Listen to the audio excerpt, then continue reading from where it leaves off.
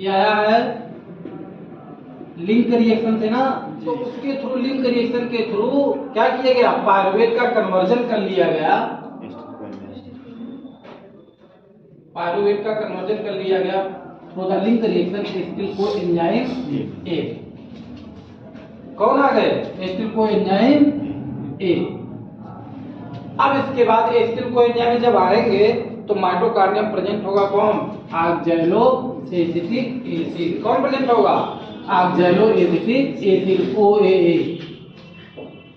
ये कितने carbon compound है, 4 कार्बन कंपाउंड है। कितने कार्बन कंपाउंड है, 4 कार्बन कंपाउंड है।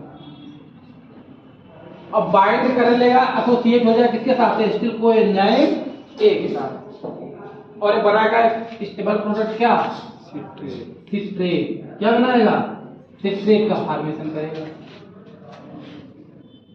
सिट्रेट कितने कार्बन कंपाउंड है, 6 कार्बन कंपाउंड हुआ, 4 और 2 कितने कार्बन कंपाउंड हुआ, 6 कार्बन कंपाउंड। सिट्रेट का फॉर्मेशन हुआ, सिट्रेट पर अगर एंजाइम काम की सिस एकोनिटेज तो फॉर्मेशन करेगी किसका, सिस एकोनिटेज का। किसका फॉर्मेशन करेगी, सिस एकोनिटेज।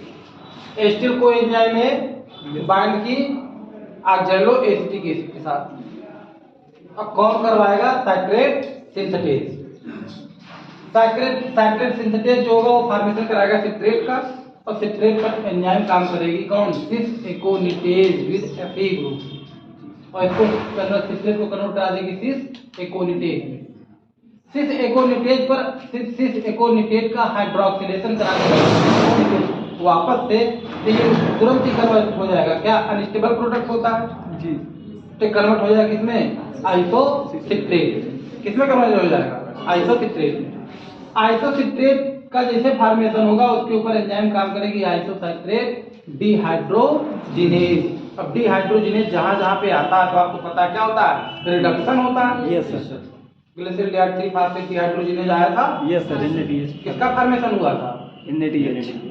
NADH का NADH को रिड्यूस किया था, और साथ में ग्लिसरॉल से क्या बनाया था, 3 फॉस्फो ग्लिसरिक एसिड। आइसोसाइट्रेट डिहाइड्रोजिनेज काम करेगा तो NAD+ को क्या करा देगा, रिड्यूस करा देगा, मतलब जो भी एनर्जी रिलीज होगी उसको, इसको रिड्यूस करके इसमें स्टोर कर दिया गया। और फॉर्मेशन कर दिया गया किसका, ऑक्सैलो सक्सिनेट का। किसका फॉर्मेशन कर लिया गया, ऑक्सैलो सक्सिनेट का। और साथ में फॉर्मेशन जैसे हुआ ऑक्सैलो सक्सिनेट का, और साथ में क्या हुआ, NAD+ को रिड्यूस कर दिया NADH2 में, जो एनर्जी रिलीज हुई उस एनर्जी को स्टोर कर लिया, और फॉर्मेशन कर दिया ऑक्सैलो सक्सिनेट का। ऑक्सैलो सक्सिनेट पर एंजाइम काम करेगी कौन, आइसोसिट्रेट डिहाइड्रोजिनेज। कौन काम करेगी, आइसोसिट्रेट डिहाइड्रोजिनेज। आइसोसिट्रेट डिहाइड्रोजिनेज जब एक्ट करेगी इसके ऊपर, ऑक्सैलो सक्सिनेट के ऊपर, तो CO2 मॉलिक्यूल क्या हो जाएगा, रिलीज हो जाएगा। CO2 मॉलिक्यूल रिलीज हो गया। अब ये वापस से कन्वर्ट हो गया किसमें, 2-ऑक्सो ग्लूटारेट या अल्फा कीटो ग्लूटारेट। किसमें कन्वर्ट हो गया, 2-ऑक्सो ग्लूटारेट, या इसको अल्फा कीटो ग्लूटारेट दोनों बोल सकते हैं, इसी का नाम है। ठीक, अल्फा कीटो ग्लूटारेट का फॉर्मेशन हो गया। अल्फा कीटो ग्लूटारेट के ऊपर एंजाइम काम करेगी कौन, कीटो डिहाइड्रोजिनेज। कौन काम करेगी, कीटो डिहाइड्रोजिनेज।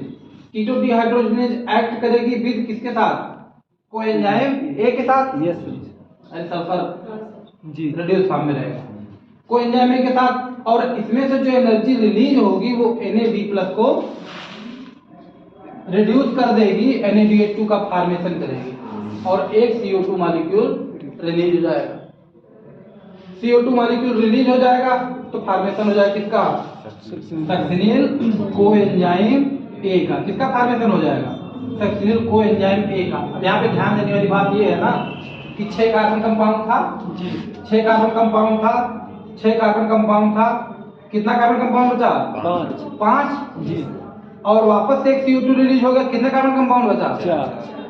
6 चले थे, 4 2 निकल गए ना जी, 2 कार्बन CO2 के फॉर्म में निकल गए जी। फॉर्मेशन हो गया सक्सिनिल कोएंजाइम ए। इसी सक्सिन को एंजाइम ए पर एक्ट करेगी कौन? Succinate thiokinase. कौन काम करेगी? Succinate thiokinase. Succinate thiokinase act करेगी तो फॉर्मेशन करा दी किसका? सक्सिनेट का। किसका फॉर्मेशन करा दी? सक्सिनेट का। और यहीं पर इसी स्टेप में क्या होगा?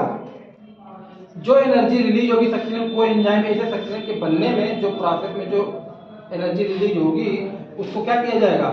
एडीपी प्लस को कन्वर्ट करा देगा एटीपी। किसमें कन्वर्ट करा देगा? एटीपी में। इन प्लांट, किसमें? प्लांट के केस में होता है। एनिमल के केस में क्या होता है कि जीडीपी को जीटीपी में कन्वर्ट कराता है, वो एटीपी का फॉर्मेशन नहीं करते हैं। और जीटीपी आपको पता है कि इनडायरेक्ट एनर्जी है, इनडायरेक्ट सोर्स ऑफ एनर्जी है, but ATP direct source of energy है। इन सब मामले में प्लांट जो है हम लोगों से ज्यादा एडवांस है। वो डायरेक्टली क्या करता है? एटीपी का फॉर्मेशन यहाँ भी कर लेगा। अगर एनिमल का आप क्रेब साइकिल बनाओगे तो यहाँ पे आप क्या लिख दोगे? जीडीपी से जीटीपी, बाकी rest of the thing will be same. अब फॉर्मेशन हो गया सक्सिनेट का। सक्सिनेट के ऊपर कौन एक्ट करेगा? Succinate dehydrogenase. कौन एक्ट करेगा? Succinate dehydrogenase. It is also the part of the complex 2। Yes sir. Oxidative phosphorylation. जी। सक्सिनेट कॉम्प्लेक्स 4 कॉम्प्लेक्स है ना, उसमें कॉम्प्लेक्स 2 का भी फॉर्मेशन करता है, मतलब यही एंजाइम होती है। यहाँ पर ये क्या करेगी? सक्सिनेट को कन्वर्ट करा देगी फ्यूमरेट में। किसमें कन्वर्ट करा देगी? फ्यूमरेट। और यहाँ पर जो एनर्जी रिलीज होगी FAD प्लस को रिड्यूस कर लिया जाएगा किसमें? FADH2 में। किसमें स्टोर कर लिया जाएगा? FADH2। सक्सिनेट से फॉर्मेशन हो गया फ्यूमरेट का, ठीक। और इस पर एंजाइम कौन सी काम है? कौन एंजाइम एक्ट करेगी? फ्यूमरेज। कौन एक्ट करेगी? फ्यूमरेज। फ्यूमरेज इस पर एक्ट करेगी तो कन्वर्ट करा देगी फ्यूमरेट को किसमें? मैलेट। किसमें कन्वर्ट करा देगी? मैलेट। अब ये वाला स्टेप तो आप जाना पहचाना है आपके लिए। मैलेट डिहाइड्रोजिनेज C4 साइकिल याद करो जी। पेप कार्बोक्सिलेज मैलेट डिहाइड्रोजिनेज तब आप कन्वर्ट हो रहा था ना? एसिटिक एसिड मैलेट में। Yes sir. यहाँ पे मैलेट डिहाइड्रोजिनेज एक्ट करेगा तो फिर वापस से कन्वर्ट हो जाएगा किसमें? Oxaloacetic acid. ऑक्सैलोएसिटिक एसिड का फॉर्मेशन हो गया, 4 कार्बन कंपाउंड की रिकवरी हो गई जी। तो इस प्रोसेस में किसका लॉस हुआ? इस पूरी प्रोसेस में किसका लॉस हुआ? दो कार्बन यस। कार्बन डाइऑक्साइड का। और कार्बन डाइऑक्साइड कहाँ से आया था? स्टील को कहाँ से आया था? ग्लूकोज से। ग्लूकोज मॉलिक्यूल से आया था। Yes sir. इसी ग्लूकोज मॉलिक्यूल से आपको पता है कि 6 कार्बन कंपाउंड ग्लूकोज मॉलिक्यूल था जी। तो 6 कार्बन कंपाउंड कन्वर्ट हो गया था पारुवेट 3 कार्बन कंपाउंड में। Yes sir. अभी एक को CO2 का लॉस नहीं हुआ है जी। 3 carbon compound. Yes sir. 3 carbon compound को वापस से कन्वर्ट किया गया 2 कार्बन कंपाउंड, मतलब 2 H2 को एंजाइम में और एक CO2 को यहीं पे लॉस कर दिया गया था, आपको पता है। यस। एक CO2 को यहीं पे लॉस किया गया, दो पारुवेट है तो 2 H2 को एंजाइम बनेंगी तो 2 CO2 का लॉस होगा। Yes sir. 2 एसिटिल को एंजाइम बनी। यस। इनके पास कितने कार्बन है? 2।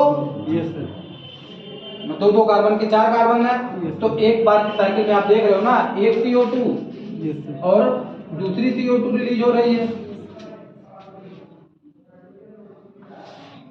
2 एसिटिल को एंजाइम का फॉर्मेशन हुआ।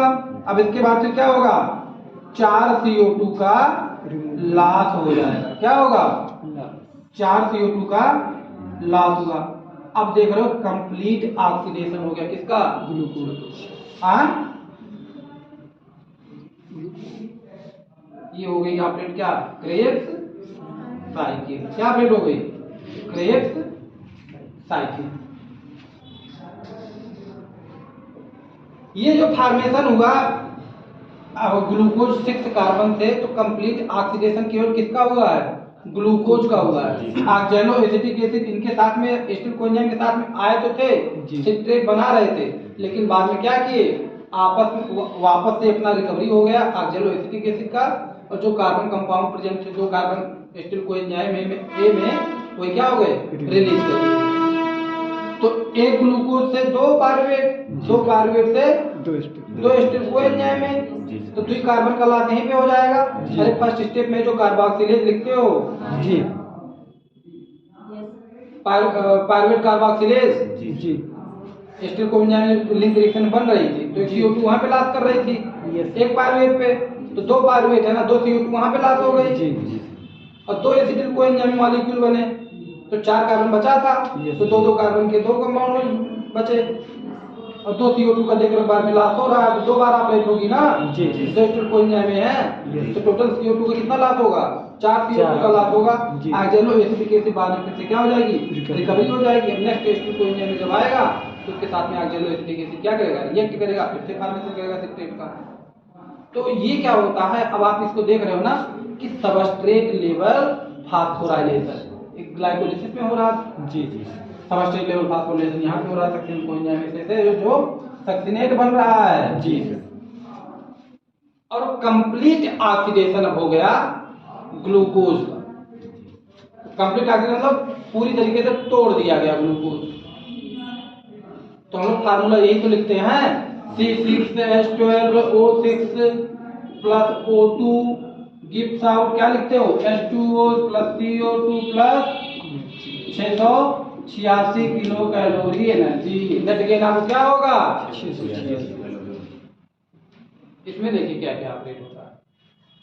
हमें तो ऑक्सीजन आया नहीं था, ग्लाइकोलिसिस हुआ पहले जी यही इस तरह जो लिखा जाता है इसी में देखो क्या क्या छिपा हुआ है।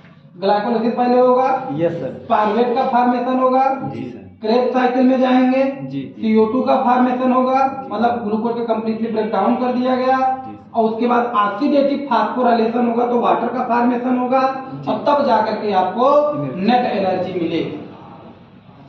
यही में है, ग्लाइकोलिसिस भी है, लिंक रिएक्शन भी है, क्रेब साइकिल है, ऑक्सीडेटिव फास्फोराइलेशन, तब एनर्जी आप लिखते हो। ये होता है कंप्लीट प्रोसेस। अब इसको डिटेल में जब पढ़ना होगा तब पता चलता है भैया ये तो ग्लाइकोलिसिस में नहीं याद हो रहा, बट एक्चुअली में क्या हो रहा है, ग्लूकोज का ऑक्सीडेशन, ग्लूकोज का ब्रेकडाउन ही कराया जा रहा है। 60वें साल में कराया गया ग्लाइकोलिसिस के थ्रू 3 कार्बन 6 कार्बन कंपाउंड को 3 कार्बन कंपाउंड 2 मॉलिक्यूल बनाए गए, माइटोकॉन्ड्रिया के अंदर भेज दिया गया, वहां पर लिंक रिएक्शन ऑपरेट हुई, लिंक रिएक्शन से क्या किया गया। अब ये बात आती है ना कि पायरुवेट डायरेक्टली इंटर नहीं कर सकता है इनटू द माइटोकॉन्ड्रिया, तो इसके लिए स्पेशली क्या होती है, कैरियर प्रोटीन्स जो हाइड्रोक्सिल ग्रुप के साथ में पायरुवेट को क्या करा देती हैं, पंप करा देती है माइटोकॉन्ड्रिया के अंदर। और वहां पे आपको पता है कि PDC एंजाइम प्रेजेंट होते हैं, पायरुवेट डिहाइड्रोजिनेज कॉम्प्लेक्सेस, जिसमें 3 एंजाइम और 5 कोफैक्टर वो मिलकर के एसिटिल कोएंजाइम का फॉर्मेशन कर रहे थे। फिर ऑपरेट होती थी क्या, Krebs cycle, Krebs cycle operate हो रही थी। यहाँ पे आप देख रहे हैं 2 कार्बन के 2 कंपाउंड है एसिटिल कोएंजाइम में।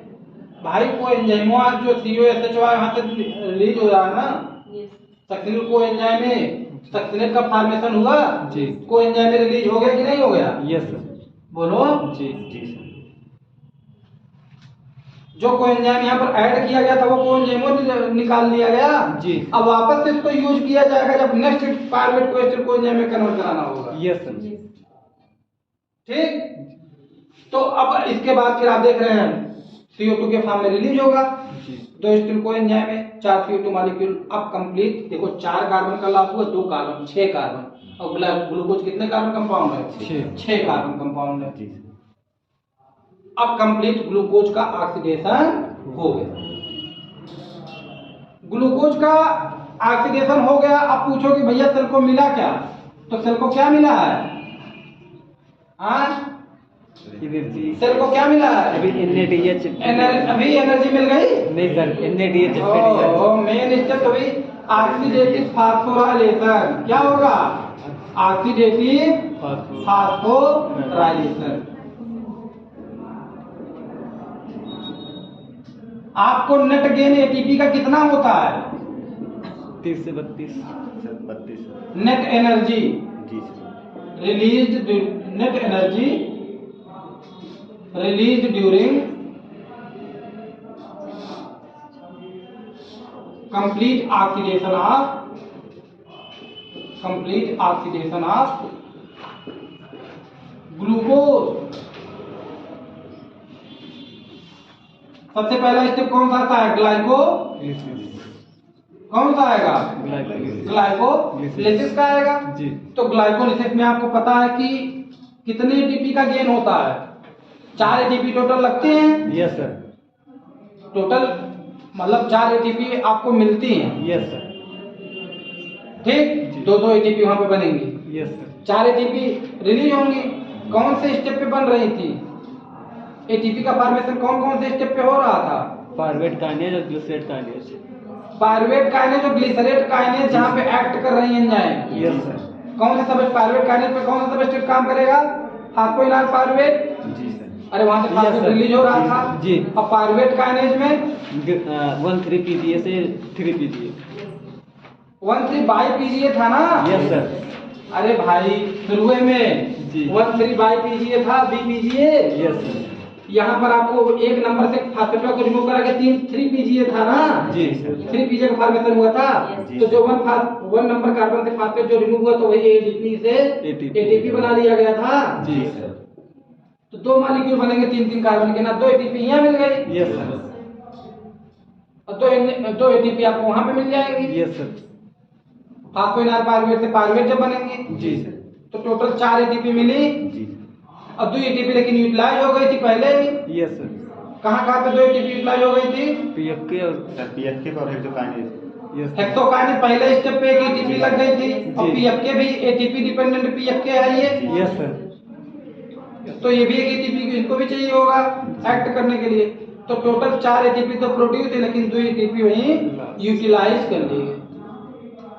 2 एटीपी यूटिलाइज कर गई तो नेट गेन आपको कितने एटीपी का हुआ? 2 एटीपी। 2 एटीपी का हुआ।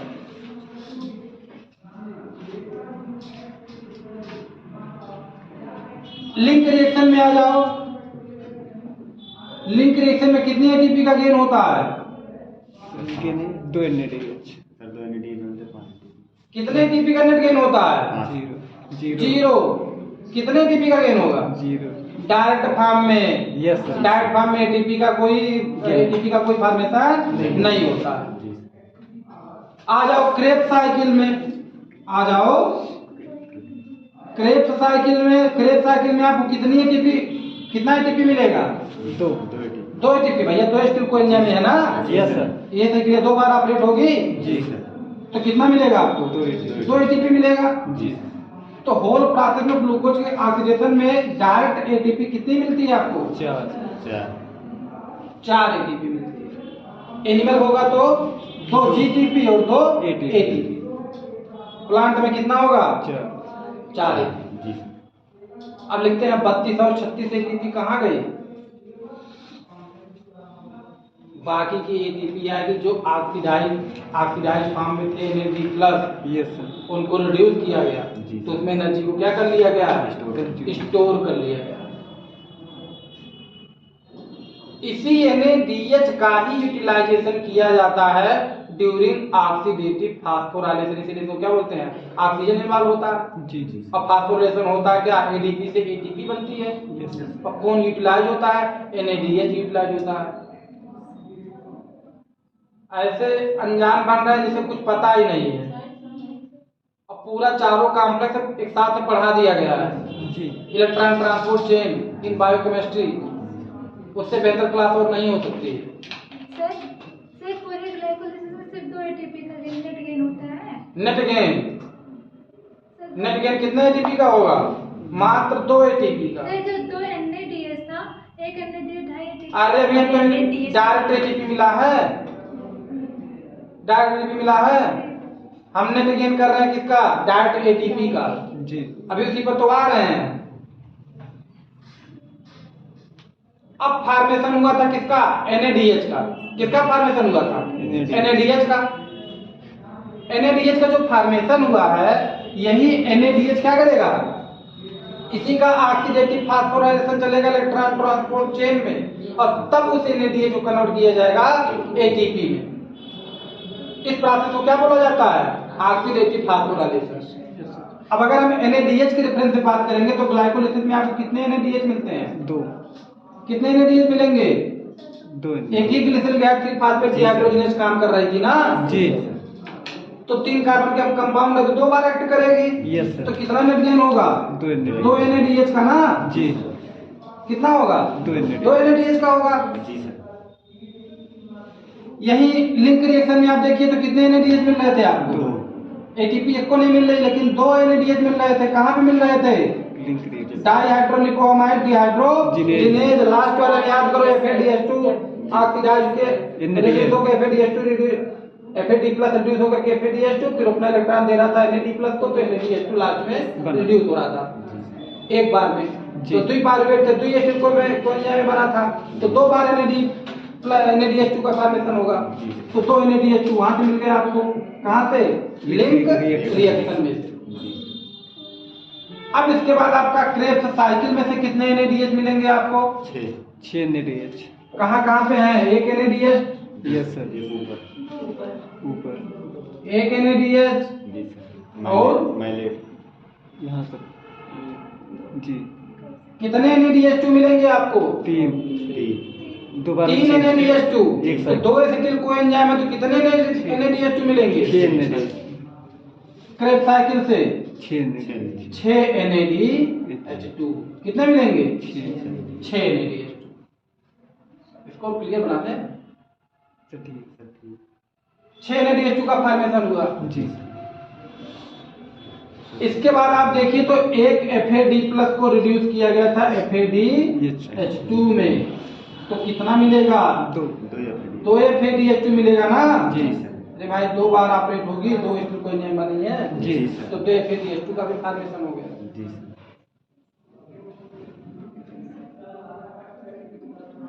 अब आपको मैंने पढ़ाया था कि सेल में ATP सिंथेटेज जी। एक NADH कितने H+ का पंप करा रहे थे? 10। Yes sir. टोटल 11 था जी। एक टीका मतलब यूज करना खुद ही यूटिलाइज कर लेते जी सर। रोटेट करने के लिए। Yes sir. तो नेट H+ कितना था? 10 H+ था जी।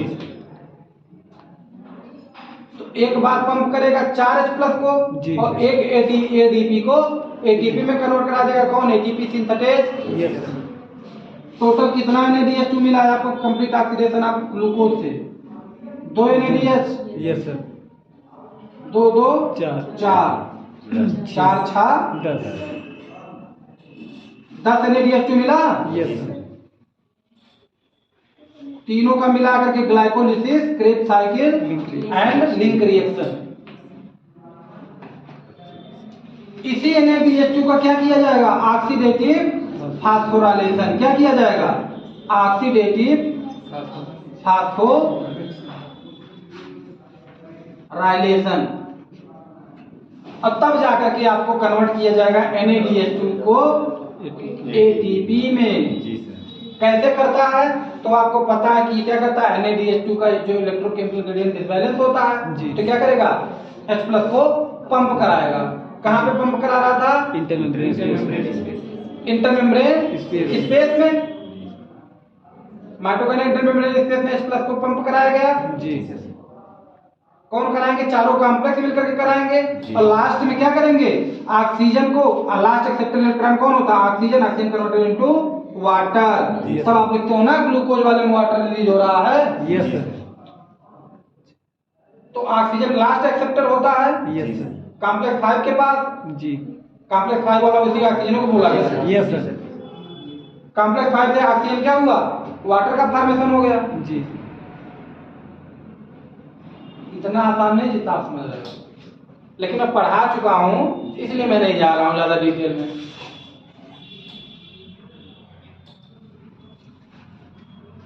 एक तो जगह भी कम है। देखिए माइटोकॉन्ड्रिया है। जी। हाँ, डबल मेम्ब्रेन होती है ना। Yes sir.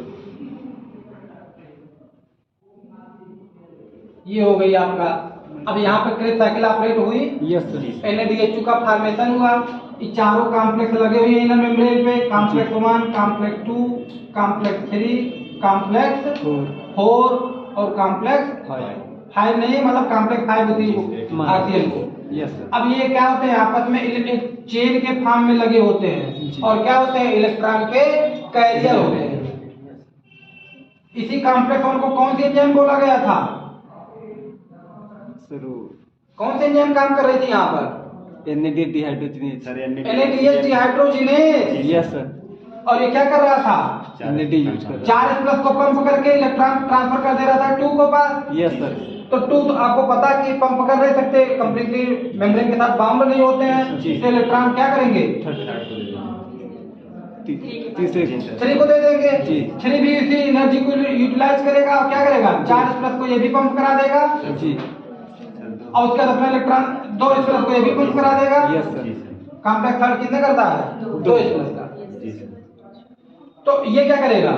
2H+ को ये पंप करा देगा जी। इंटरमेम्ब्रेन स्पेस में। Yes sir. और उसके बाद फिर अपना इलेक्ट्रॉन दे देगा कॉम्प्लेक्स 4 को। कॉम्प्लेक्स 4 कितने करेंगे? 4H+ को पंप करा देंगे इंटरमेम्ब्रेन स्पेस में। जी।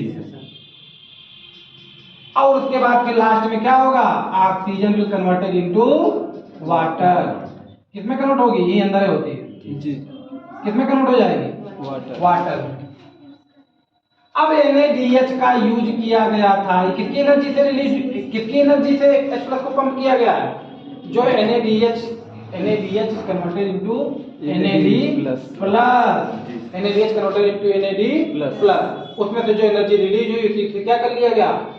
10H+ को पंप कर लिया गया और लास्ट में भी जो एनर्जी बची हुई थी वही क्या कौन एक्सेप्ट कर लिया?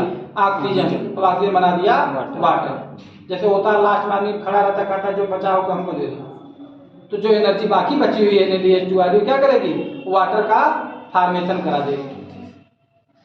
अभी इसके मैंने आपके अलग अलग माइलोनेज जो था वो इनहिबिटर था इनका। Yes sir. अनकपलर भी अलग अलग थे। जी। और उसके बाद आपका वो सबसे फेमस साइनाइड है। जी। साइनाइड भी क्या करती है? इलेक्ट्रॉन ट्रांसपोर्ट चेन को ही ब्लॉक करती है। इलेक्ट्रॉन ट्रांसपोर्ट चेन को ब्लॉक कर देगी तो एटीपी का जनरेशन होगा नहीं, तो क्या करेगी? डेथ कर जाएगी। और ऑक्सीजन भी क्या होगा? यूटिलाइज नहीं होगा। यही ऑक्सीजन जिंदगी में जरूरी क्यों है?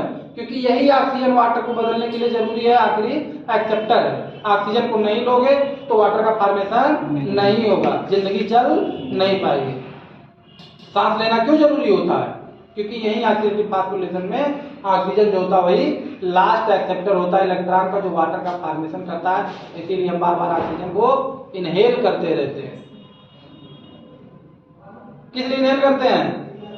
वाटर का फॉर्मेशन कराने के लिए। और कोनो मजनू पूछ लो तो कहेंगे हम सांसें ले रहे हैं बस तुम्हारे लिए। मजनू फुल्की बेच रहे हैं वहाँ। हम मजनू फुल्की बेच रहे हैं चाहे जो कर रहे हैं, लेकिन अगर देखोगे तो क्या कर रहे हैं वो? सांस किसके लिए ले रहे हैं? किसी के लिए ले रहे हैं? सांस किसके लिए लिया जा रहा है? वाटर। नहीं लेंगे मर जाएंगे। नाक बंद कर दो। खड़ा करा जाकर नहीं चाहिए इसमें। समझे कि नहीं बात? मजनू फुल्की वाले। अरे भाई होता है, ये गानों में भी आता है। मजनू फुल्की वाले हैं सर। ठीक है। कुल मिला करके आपको हमेशा परमानेंट मेमोरी में आपके सेव हो जाना चाहिए कि ऑक्सीजन क्यों लिया जाता है। ठीक है, अभी भूलेगा नहीं। कोई टॉपिक होती किसी जगह पे ऐसे पिन मतलब बैठे हो तो तक ऐसे मार दो ना खींच के फील हो गया तो सर। फील हो जाता है। अब पत्थर पे लिखा हो। अरे उनको पता है कि परमानेंट मेमोरी सेव करवाना है, क्या चीज करवाना है। इसीलिए कभी कभी तुम लोग कूड़ा लेकर के आते हो तो हम उसको एडजस्ट नहीं करते, कहते नहीं उसको मत ध्यान दो। क्यों? उसको जरूरत ही नहीं है, जरूरत इसकी है। ये कहाँ पे होगा? ऑक्सीडेटिव फास्फोराइलेशन हो रहा है। अब H+ को पंप कर लिया गया कहाँ पे? इंटरमेम्ब्रेन स्पेस में। इंटरमेम्ब्रेन स्पेस में पंप कर लिया गया कहाँ से? मैट्रिक्स से। अब इलेक्ट्रोकेमिकल ग्रेडियंट क्या हुआ? डिसबैलेंस होगा। इस पर इलेक्ट्रोकेमिकल ग्रेडियंट क्या होगा? डिसबैलेंस होगा। प्रोटॉन मोटिव फोर्स जनरेट होगा। H+ मार H+ कहीं पंप करा दोगे, एक NaDH बने हैं। कितने? तो एक NaDH की बात चल रही है। कितने NaDH बने? 10 NaDH बने हैं। कितने पंप करा देगा? 25 टोटल। 100 अच्छा सर H+। कितने NaDH पंप करा देगा? 100 ठीक Yes, sir. कराएगा तो 110 चाहिए। ठीक है, खुद को घूमने के लिए चाहिए। Yes sir. तो ये जब सब H+ आ जाएंगे जी। तो यहाँ के और यहाँ के इलेक्ट्रोकेमिकल ग्रेडियंट में डेल्टा ई में कंप्लीट चेंज आएगा ना। Yes sir. इंटरमेम्ब्रेन कंप्लीटली क्या हो जाएगी? एसिडिक हो जाएगी। Yes sir. जी सर। अब आप क्या करें, तब यहाँ पे बैठे रखेंगे एटीपी सिंथेटेज और इस प्लस को पंप करा देंगे केमिकल इलेक्ट्रोकेमिकल के ग्रेडियंट को बैलेंस करने के लिए एटीपी सिंथेटेज H प्लस को पंप करा देंगे मैट्रिक्स में, और यहाँ से जो ऊर्जा रिलीज होगी H प्लस आयन से वही एडीपी को एटीपी में कन्वर्ट करा देगा। एडीपी को किसमें कन्वर्ट करा देगा? एटीपी में। ADP plus will be converted into ATP. एक प्रोटॉन में मैंने बताया था ना -59 मिली वोल्ट के आसपास की एनर्जी होती है, उसको स्टोर कर लिया जाता है। Yes sir. तो कितना इलेक्ट्रोकेमिकल करंट में डिफरेंस आएगा? तो एटीपी सिंथेसिस एक्टिवेट होगा तो ये क्या करेगा? इलेक्ट्रोकेमिकल करंट दोनों के बीच में डिफरेंस आ गया, यहाँ की मीडियम एसिडिक हो गई, यहाँ की स्लाइटली अल्कलाइन हो जाएगी, सारे प्लस को पंप कर दिया जाएगा जी। तो यहाँ पे एसिडिक मीडियम होगा, प्रोटॉन मोटिव फोर्स जनरेट हुआ और इसने H प्लस को पंप करा दिया मैट्रिक्स में, और उसमें से जो ऊर्जा रिलीज हुई तो वही ADP plus P I, phosphorylation हो रहा है ना जी, ADP plus P I converted into ATP. Phosphorylation oxidative, that's why it is called oxidative phosphorylation. Oxygen is converted into water and ADP is converted into ADP plus PI is converted into ATP। ये energy कहाँ से? H plus ion से आई। वो H plus ion कहाँ से आए? NADH2 से आए। NADH2 कहाँ से आए? क्रेब्स साइकिल से आए, लिंक रिएक्शन से आए और ग्लाइकोलिसिस। अब आपको पता है NADH2 को तो ये फर्स्ट NADH डिहाइड्रोजिनेज होता है, लेकिन सेकंड वाला कौन होता है? Succinate dehydrogenase. यहाँ बताए तो थे भाई या। तो FADH2 को कौन एक्सेप्ट करते हैं? कॉम्प्लेक्स 2। जी सर। इससे इलेक्ट्रॉन को ले लेंगे जी, लेकिन इनके पास खुद मेम्ब्रेन का है नहीं, तो किसको देंगे? पीछे तो देंगे नहीं, आगे देंगे तो आगे देंगे तो 2H प्लस को ही पंप करा देगा, 4H प्लस को ही पंप करा देगा, तो आपका ऑक्सीजन कन्वर्ट कर लेगा जी। तो इसमें कितने मिलेंगे? 6H plus. सर लेकिन प्लांट में तो 14 हाइड्रोजन पंप करवा रहा था ना। अरे वो अलग चीज है, सर प्लांट को आया है उसको समझ लो और बाकी सेम चीजें उठा के प्रोटॉन में वहीं रख लेना। इलेक्ट्रॉन ट्रांसपोर्ट चुनाव पढ़ाए थे ना जी सर। अरे बेटा H प्लस आयन को बढ़ा लो वहीं पे, क्योंकि ये जो हम बता रहे हैं वो भी केस था क्लोरोप्लास्ट का। यस सर, क्लोरोप्लास्ट वो फोटोफॉस्फोराइलेशन की प्रोसेस थी जी, माइटोकॉन्ड्रिया की नहीं थी जी। माइटोकॉन्ड्रिया दोनों में क्या होगा? सेम होगा। Yes sir. जो हमारे अंदर है वही प्लांट के अंदर है, वो क्लोरोप्लास्ट का फोटोफॉस्फोराइलेशन था नहीं। Yes sir. अरे CF0 CF1। Yes sir. C मतलब क्लोरोप्लास्ट। क्लोरोप्लास्ट की अपना F1 प्रोटीन थी जी।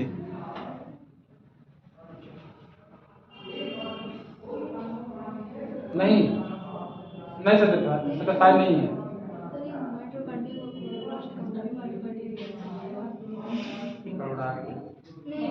एक्सीडेंट हो गया कि एडमिट हुई हो कि भाई बस खाली फ्री हो? हाँ ज्यादा नहीं लगा ना। एक्सीडेंट होने मतलब ये था कि आदमी समझ में आ रहा है, तब तक अचानक खराब धीरे बहुत लोग तो बेहाल होकर के एडमिट हो गए होंगे, ICU में रहे होंगे। वो तो अंदर पता चल जाता है, चेहरा देखता हूँ तो पता चल जाता है वो कहाँ एडमिट है, ICU में। दिमाग नहीं लगा रहा है सिद्धेश को एकदम इलेक्ट्रॉन ट्रांसपोर्ट से एकदम में मतलब समझ नहीं आ रही का भैया हाँ भैया भैया ये वाले पोजीशन में। जब मैंने इलेक्ट्रॉन ट्रांसपोर्ट से बोला मैंने पढ़ाया हूँ तो इनके तुरंत में कहाँ इतना बड़ा बड़ा क्वेश्चन मार्क तो चेहरा में देख रहा था, तो धीरे धीरे याद आया होगा मैंने कुछ ऐसे जिक्र किए थे, कुछ था इससे जब ये बनाया मैं तो इनके चेहरा देख कर ही मैं यहाँ पे आया। तो इनको कुछ लगा कि हाँ कुछ अभी इनको कंप्लीट नहीं हुआ। बात तो नहीं है, बात यहाँ फंस गई हमारी। जो CO2 वहाँ से निकल रहा है वो कहाँ जा रहा है? वो इन्वर्टर में जा रहा है। भाई कमाल करते हो। सर सुनिए, फिर दूसरा क्वेश्चन है हमारा थोड़ा मानने वाले उनको पहले जो वहाँ आइसोसिट्रेट लगाए हैं ना, हाँ वो CO2 का फॉर्मेशन करा रहा है, तो वहाँ ऊपर वाला कैसे NADH वहाँ फॉर्मेशन होता है?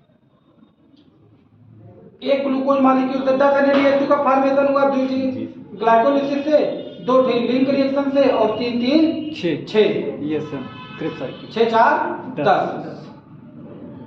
कितने FADH2 आपको मिला है? 2 कितने FADH2 मिला है? 2 2 FADH2 मिला है ना? जी अरे 2 बाई साइकिल से नहीं, 2 स्टिक को लेने में से जी 2 FADH2 का हुआ है। जी।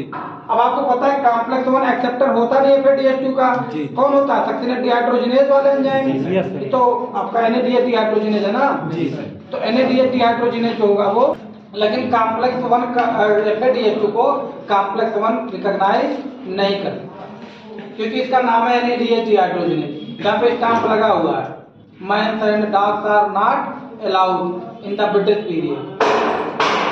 Indian and dogs are not allowed.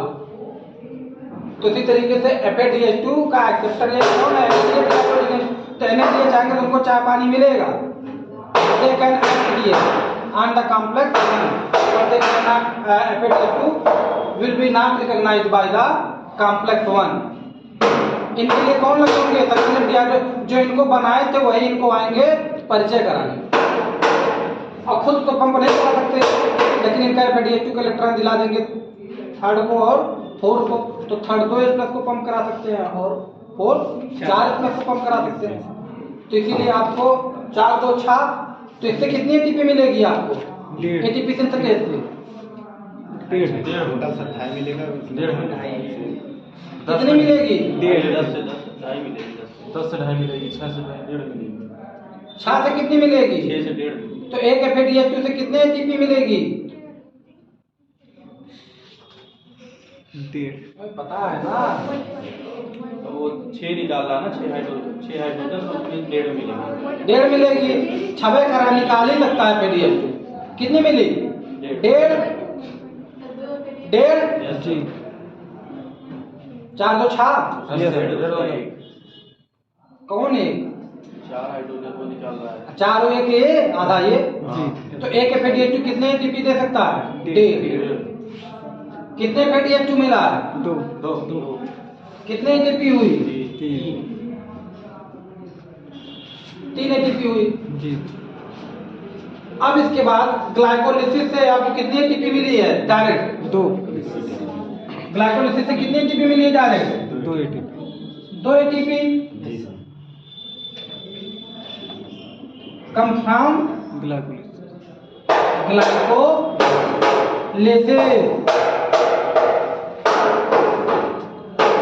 and Krebs cycle 2 ATP in the case of plant comes from 2 ATP comes from Krebs cycle Krebs cycle yes sir in the plant from Krebs cycle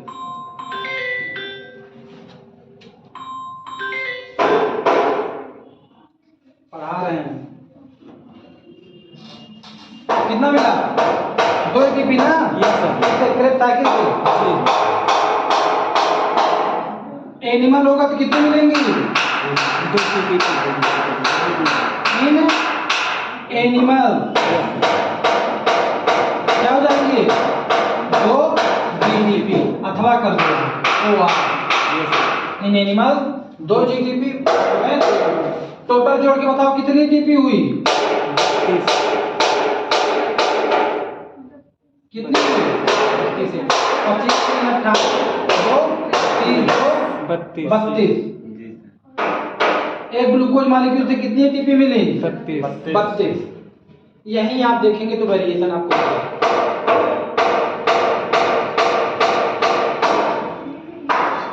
यहाँ पर अगर आप variation देखेंगे तो अगर कई किताब में आप देखेंगे तो क्या मान लेते हैं? एक NADH मोटा मोटा मानते हैं 3 ATP। यस सर एक NADH कितना मान लेते हैं? 3 ATP मोटा मोटा तो आपको कितनी मिलेगी? 30 मिल जाएगी। हाँ यस सर और आपका कितना? 2 इससे मान लेते हैं 4। यस सर 34 हो गई जी और 2 36 36 2 38। तो कहीं कहीं आपको इंडियन बुक में मिलता है 38 ATP। यस सर ठीक। जी हम लोग अगर 3 मान के चलते हैं तो तो कितना मिलेगा? 38। 38।